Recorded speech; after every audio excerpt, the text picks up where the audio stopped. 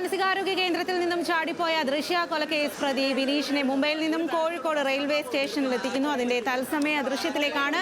2025 ഡിസംബറിലാണ് ഇത്തരത്തിൽ വിനീഷ് കുതിരവട്ടം മാനസികാരോഗ്യ കേന്ദ്രത്തിൽ നിന്നും രക്ഷപ്പെട്ടത്. അതിന് പിന്നാലെ മുംബൈയിലെത്തിയാണ് ഇപ്പോൾ പോലീസ് വിനീഷിനെ പിടികൂടിയിരിക്കുന്നത്. ഇപ്പോൾ വിനീഷിനെ തിരികെ കോഴിക്കോട് റെയിൽവേ സ്റ്റേഷനിലേക്ക് എത്തിക്കുകയാണ്. പ്രത്യേക അന്വേഷണ സംഘമാണ് ബിനീഷിനെ മുംബൈയിൽ നിന്നും പിടികൂടിയത്. മാനസികാരോഗ്യ കേന്ദ്രത്തിൽ നിന്ന് രക്ഷപ്പെട്ട വിനീഷ് മുംബൈയിലെത്തി അവിടെ താമസിക്കുകയായിരുന്നു. അതിനിടെ നാട്ടിലെ ബന്ധുവുമായി ബന്ധപ്പെടാൻ ശ്രമിച്ചതോടുകൂടിയാണ് ടവർ ലൊക്കേഷൻ കേന്ദ്രീകരിച്ച് പോലീസ് ഇപ്പോൾ വിനീഷിനെ പിടികൂടിയിരിക്കുന്നത്. 2021 പ്രണയാഭ്യർത്ഥന നിരസിച്ചതിനാണ് പെരിന്തൽമണ്ണ സ്വദേശിനിയായ ദൃശ്യ വിനീഷ് കുത്തിക്കൊലപ്പെടുത്തിയത്. ആകാശ് വിവരങ്ങളുമായി ചേരുകയാണ്. ആകാശ്, എന്തായാലും രക്ഷപ്പെട്ടു പോയ വിനീഷ് ഇപ്പോൾ തിരികെ കോഴിക്കോട് തന്നെ വിനീഷിനെ എത്തിച്ചിരിക്കുകയാണ്. പ്രത്യേക അന്വേഷണ സംഘം, പോലീസ് ഉദ്യോഗസ്ഥരൊക്കെ എന്താണ് ഇക്കാര്യത്തിൽ പറയുന്നത്? തീർച്ചയായും സ്വാതി, 3 മാസത്തെ അന്വേഷണത്തിനൊടുവിൽ വിനീഷിനെ പോലീസ് മുംബൈയിൽ വെച്ചാണ് പിടികൂടിയത്. മുംബൈയിൽ വെച്ച് പിടികൂടി എന്ന കാര്യം ഇന്നലെ ഔദ്യോഗികമായി അറിയിക്കുകയായിരുന്നു. പിന്നാലെ കോഴിക്കോട് റെയിൽവേ സ്റ്റേഷനിൽ എത്തിച്ചിരിക്കുകയാണ്. ഡിസംബർ 29-നാണ് ഈ പ്രതി ഇത്തരത്തിൽ കുതിരവട്ടം മാനസികാരോഗ്യ കേന്ദ്രത്തിൽ നിന്നും രക്ഷപ്പെടുന്നത്. അതിനുശേഷം പ്രതി മുംബൈയിലേക്ക് പോയെന്നാണ് വിവരം കിട്ടിയിരുന്നത്. അതിനുശേഷം പ്രത്യേക അന്വേഷണ സംഘം രൂപീകരിക്കുകയും പ്രതിക്കായുള്ള അന്വേഷണം നടത്തുകയായിരുന്നു. അതിനൊടുവിലാണ് പ്രതിയെ പിടികൂടിയിരിക്കുന്നത്.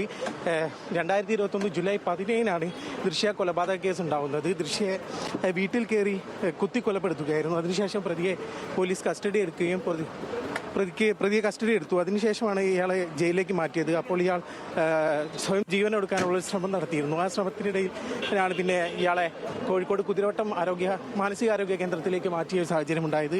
അതിനുശേഷം ഇയാൾ അവിടെ നിന്ന് രക്ഷപ്പെടുകയായിരുന്നു.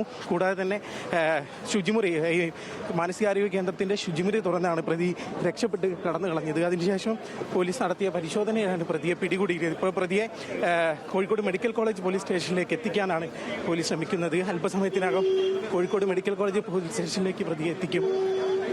പ്രതിയെ ഇപ്പോൾ റെയിൽവേ സ്റ്റേഷനിൽ നിന്നും ഇറക്കി കൊണ്ടുപോയിട്ടുണ്ട്.